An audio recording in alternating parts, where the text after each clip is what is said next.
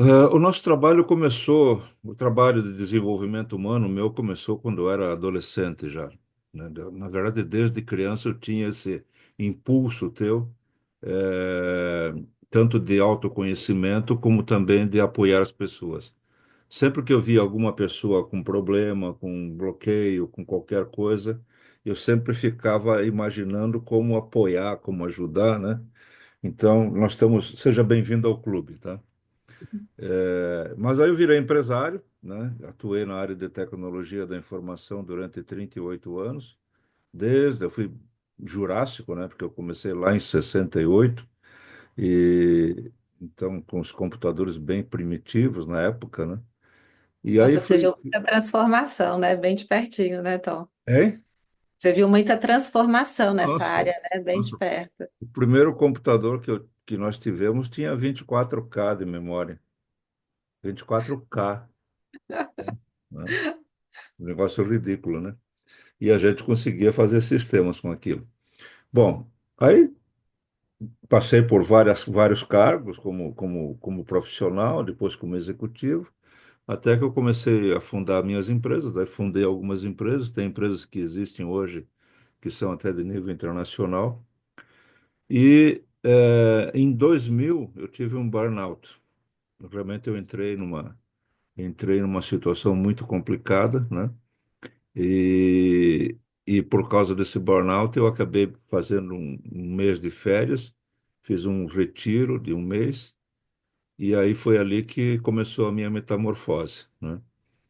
É, acabei descobrindo a respiração de renascimento naquele período, e aí acabei aprendendo, e aí me encantei com a respiração, e aí fui trabalhando com vários mestres de vários países, né? Fui me aprofundando, sempre fui muito de me aprofundar nas coisas, eu vou muito a fundo, né? E até que em 2006 eu conheci o criador da respiração de renascimento, que é o Leonardo Dior. E aí foi um retiro dele em Canela, e aí eu tive uma conversa particular com ele, que ele me convidou, e ele me convenceu, entre aspas, me convenceu a mudar de ramo, né? E resultado da nossa conversa, um mês depois eu vendi todos os meus negócios, vendi tudo. Nossa. É. E resolvi me dedicar ao ser humano, que é o que eu faço até hoje, né? E aí vieram, em decorrência disso, eu comecei a me aperfeiçoar em várias coisas, então, constelação sistêmica, o Ho'oponopono, né? Meditação Vipassana.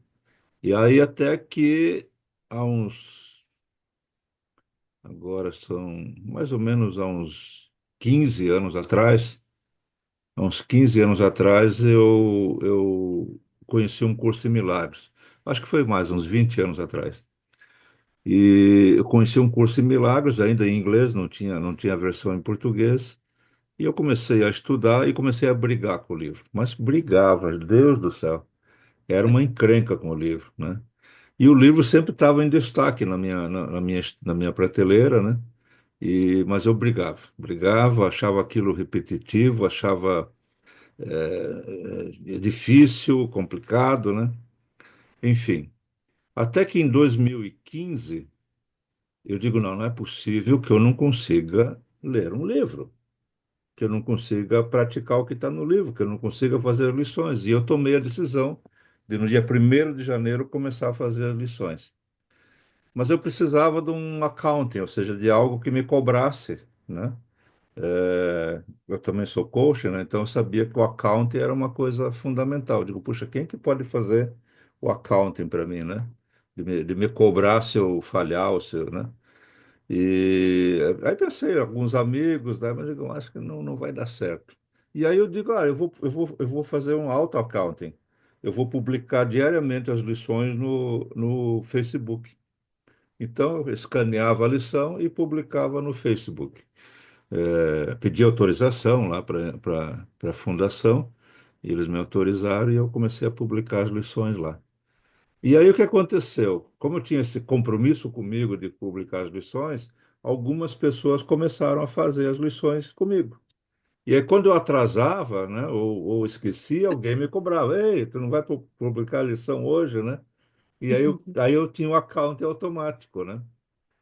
E aí 2015 foi até, diz a Sondra Rey, que é uma das mestras minhas, que é estudante há 40 anos do curso similar, que ela nunca conheceu uma pessoa que fez do dia 1º de janeiro a 31 de dezembro. Sempre a pessoa atrasa, né? E eu consegui. E aí, em 2016, eu continuei fazendo, daí já aumentou o grupo aí para umas 100 pessoas acompanhando. E aí, em 2017, eu comecei a fazer no WhatsApp, só que daí, durante o ano, as pessoas queriam entrar. E aí eu comecei a cada 2 meses a abrir novos grupos. Daí não foi suficiente, porque todo mês alguém queria entrar. E aí eu comecei. Então, eu acho que eu fui do seu grupo de 2017. É? Foi meu primeiro contato, é. Que legal. É. E aí, e aí foi interessante, porque aí eu acabei começando todos os meses um grupo novo, e eu começo no WhatsApp e no Telegram, né? E chegou um dado momento que eu estava com 30 mil alunos fazendo as lições, Ah, que legal. né? 30 mil alunos. Quanta gente, que coisa boa. É. E era uma confusão, porque o WhatsApp tinha limitação de tamanho do grupo, né? Então, É. cada mês era 15, 20 grupos em cada mês, né? Era muito grande, né? Então, dava um trabalho para publicar as lições. E isso me obrigou também a me aprofundar. Como nesse trabalho, eu me colocava à disposição para tirar dúvidas e tudo mais. Então, isso foi me levando a aprofundar muito no curso em Milagres. E aí, num dado momento, eu percebi claramente que tudo aquilo que eu tinha aprendido nas outras práticas, que eu tinha aprendido nas constelações, na respiração, no Vipassana, no Ho'oponopono, tudo aquilo estava dentro de um curso em milagres. Obviamente que o prisma pelo qual se coloca, né, o enfoque é diferente, a terminologia é diferente, mas o conhecimento estava lá. E aí o curso em milagres se tornou o guarda-chuva. E o curso em milagres, você deve ter visto, tu tem o livro? Tenho, eu também comecei com ele, meu primeiro contato foi com ele em inglês, aquele pretinho. Aham. Achei muito difícil, aí eu brigava, eu achava lindo, mas eu tinha dificuldade. Eu parava, ficava um tempão para entender, aí ficava um dia sem pegar, aí eu voltava, né? Eu acho o livro muito difícil. Para mim começou a fluir mais quando eu comprei a versão aquela que vem todos, né, em Aham. português. Para mim foi melhor. Então ali tem o manual do professor, né? O manual do professor é um manual profissional. É você como psicóloga, como terapeuta, né? Você pode perfeitamente usar os ensinamentos do manual do professor porque cabe para qualquer tipo de trabalho. Ali vai falar em psicoterapia, vai falar em um monte de coisa, né? E aí, o que que aconteceu? Ao longo dessa trajetória toda, eu percebi aquilo numa fantástica ferramenta de mentoria. É uma fantástica ferramenta de mentoria. E aí, com o advento da inteligência artificial, eu me interessei muito pela inteligência artificial, e aí o que que eu fiz com o chat GPT? Eu comecei a colocar todo o meu conhecimento, eu comecei a colocar dentro do chat GPT. Então, o meu chat GPT é muito robusto, né? Porque eu fui colocando tudo o que eu sei lá.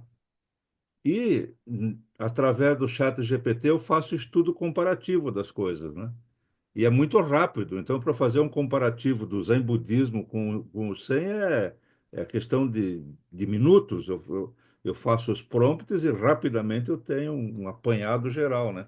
Então, me deu uma ferramenta muito poderosa, né? E eu chego a escrever 3, 4 artigos por dia. Escrevo artigos personalizados para os clientes usando esse background, né? E é muito bonito o que resulta desse trabalho, né? E ele está ficando cada vez mais robusto, está ficando até meio assustador. Às vezes até eu acho que ela já sabe mais do que eu, né? Mas está muito legal mesmo, né? Eu acho bonito ver como que os nossos caminhos eles encontram, né? Então a sua formação, né, acabou servindo, encontrou com o que você, É, né, o seu carro-chefe hoje, né, virou um grande auxílio. Eu acho isso muito bonito. é. Então, a gente tem trabalhado, graças a Deus, a gente tem ajudado muitas pessoas. É, eu acabei de ver. Eu tenho um caderno, né? Das, das, ses- da, da- das sessões desse ano. E eu acabei de lotar o caderno. Tu pegou a última página do meu caderno. E eu, às vezes, dou uma revisada assim, nossa, a, a expansão de consciência, a evolução das pessoas é algo simplesmente sublime, né? É o que o curso de milagres diz, é milagre mesmo. Então, os milagres estão acontecendo cada vez mais, né? E foi por isso que eu abri a mentoria avançada, né? Porque eu tenho muitos clientes de sessão de respiração, né? Mas, geralmente, na sessão de respiração, às vezes tem sessão que eu faço mais mentoria do que guiar a pessoa numa sessão, né? Então, eu percebi que eu poderia fazer um trabalho bastante legal com as pessoas. E é por isso que nós estamos aqui. E para esses teus objetivos aqui, né? Você colocou aqui mudar a percepção. O curso de milagres é sobre isso, né? No entanto, o curso de milagres vai falar o seguinte, e aí vem as coisas que eu acho que vai te dar um direcionamento bem legal já a partir dessa primeira sessão. O curso de milagres ele diferencia a percepção de conhecimento. Ou seja, a percepção, ela só percebe o irreal. O conhecimento só percebe o real. Então, isso vai conflitar um pouco com a terminologia que você conhece da psicologia, né? Uhum, Mas o interessante é isso, tudo que cai no nosso, e isso é real, porque a gente experimenta isso graças à respiração, Ho'oponopono, tudo que cai no campo da percepção por qualquer um dos sentidos, tudo que cai no campo da percepção sempre é um passado. uhum, Você não consegue perceber nada no presente. Quando você está no eterno infinito aqui agora, existe um void que a gente chama, ou seja, um vazio. Não tem nada, não tem pensamento, não tem sensação, não tem emoção, tem um vazio, tem uma paz absoluta no aqui e agora. Quando eu coloco um pé no passado ou um pé no futuro, daí eu entro no campo da percepção, né? Então, o curso de milagres ele é muito claro a respeito disso. Tudo o que não é um predicado do amor, o amor ou o seu predicado, não é real. E na nossa vida humana, na nossa vida corporal, nós estamos 99% do tempo no campo da percepção e experimentando aquilo que não é real, que a gente reporta como sofrimento, como dor, como medo, como raiva, como insegurança, como, enfim, as sensações, emoções, sentimentos e pensamentos, julgamentos que nós temos. São os quatro níveis. Você que fez aí a medicina chinesa e fala dos cinco elementos, aqui nós falamos dos nove elementos, é um pouco diferente, né? Mas quatro elementos básicos são praticamente os mesmos lá: terra, água, fogo e ar, né? Os quatro elementos básicos. Terra, água, fogo e ar são os quatro chakras base, né? uhum, O chakra base, o chakra sexual, o chakra do plexo solar e o chakra do coração. De baixo para cima, terra, água, fogo e ar. Então, o, qual é a origem do nosso sofrimento?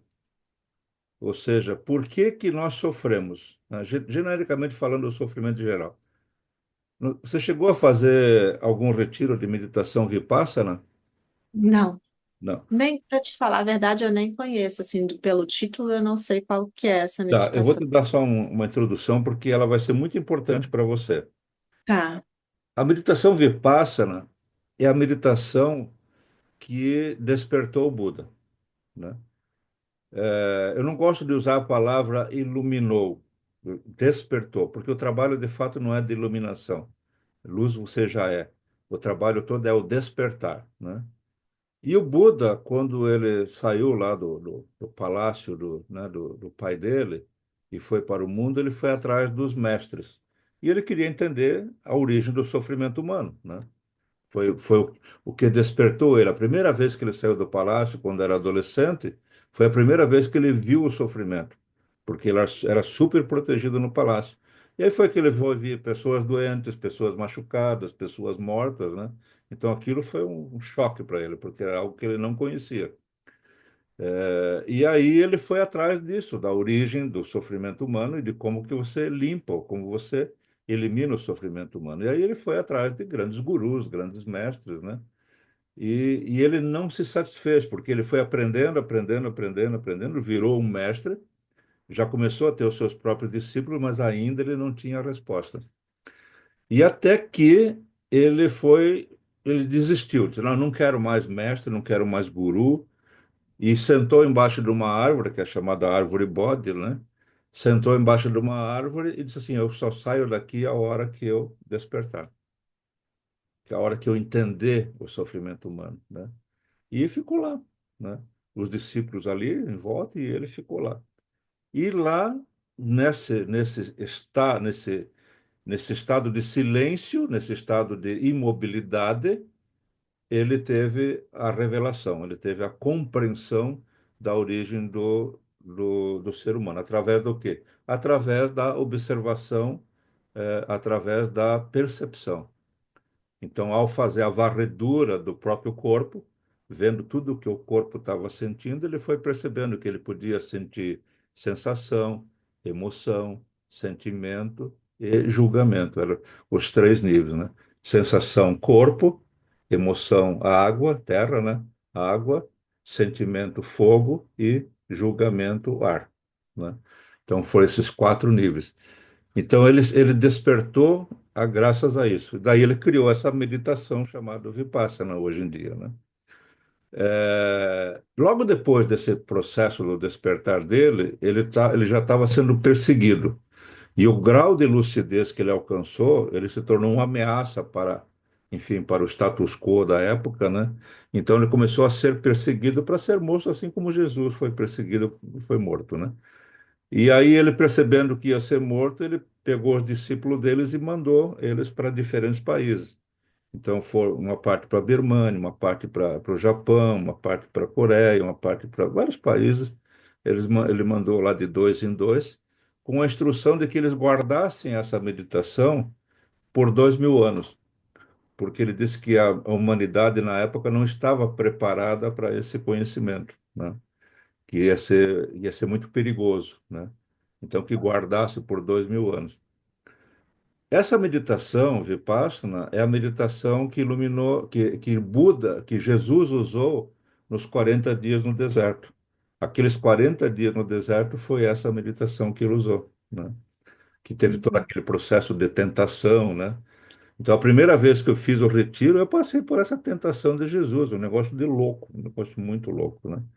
Que tem a ver com é a meditação mais quântica que você possa imaginar. É uma meditação de total totalmente sensorial, né? E porque você fica varrendo o corpo, né? E você vai encontrando o que é chamado de sankhara. Sankhara são as memórias, são as impressões que estão impressas no nosso corpo, as impressões que estão impressas nos nossos chakras, né? Nos nossos corpos densos e sutis. Então você vai varrendo e você acha. E aí qual é o ensinamento da Vipassana? O ensinamento da Vipassana é você perceber que a origem do sofrimento humano vem através da percepção, através da aversão ou do apego. Então, a aversão ou apego é que causa o sofrimento. Então você chega numa sensação, digamos que tu está fazendo uma varredura e chega vamos pegar a tua enxaqueca. Tu Uhum. chega na dor de cabeça, né? E aí tu tem uma aversão, tu não quer sentir a dor de cabeça, então tu tem aversão. Porque tu tem aversão, tu para de respirar. E quando tu para de respirar, você cria uma memória de dor, né? Aí tu tá varrendo, vai fazendo, chega um nó na garganta. Tu tem uma aversão para aquilo, tu para de respirar para não sentir, e assim sucessivamente, né? Então, através da respiração, a gente vai resistindo às coisas. Então, o que acontece na nossa vida? De verdade, nós não estamos sentindo aquilo que nós dizemos que estamos sentindo. Então, quando eu digo que eu estou com raiva, eu não estou sentindo a raiva. Eu estou resistindo à raiva. Quando eu digo que estou com medo, eu não estou com medo, eu não estou sentindo medo, eu estou resistindo em sentir o medo. Então, toda a origem do sofrimento sempre é uma resistência. E tudo o que eu resisto persiste. Tudo que eu resisto persiste. Então, tudo aquilo que o curso em milagre fala que é uma ilusão, é essa parte da dor, do sofrimento que eu não quero sentir, e aí eu guardo aquilo, né? E aquilo fica armazenado em mim. É uma impressão que ficou em mim. Então, isso é o sentido da memória. Então, eu vou fazer um pequeninho teatro para você entender, principalmente a diferença de memória e lembrança, porque as pessoas confundem na terminologia essas duas coisas, e são coisas totalmente diferentes. Então, imagina que você é uma criança de 6, 7 anos de idade, você tem uma mãe que é do lar, e você tem um pai que é um pai amoroso, um pai provedor, um pai. Só que esse pai é muito severo. E ele, por ser severo, algumas vezes ele se torna violento, ele bate nos filhos, né? No processo educacional. E um dia você está em casa, o papai saiu para trabalhar, e você vai lá na cozinha e pergunta para a mamãe: Mamãe, posso convidar os amiguinhos, para brincar na garagem? A mamãe pergunta: Você já fez a lição? Ah, já fiz. Então pode. E aí você convida os amiguinhos para brincar lá na garagem. E aí estão lá brincando. Na garagem tem uma bancada de ferramenta, uma bancada de trabalho que o papai gosta de fazer trabalhos. Tem um hobby de consertar coisa, de fazer pequenos móveis em casa. E lá em cima da bancada tem uma caixinha de madeira envernizada, bonitinha. E você está brincando e você pega a caixinha e dentro da caixinha tem uma furadeira que o teu pai ganhou do pai dele, do teu avô. E você começa a brincar com a furadeira, faz ela como se fosse um revólver, né?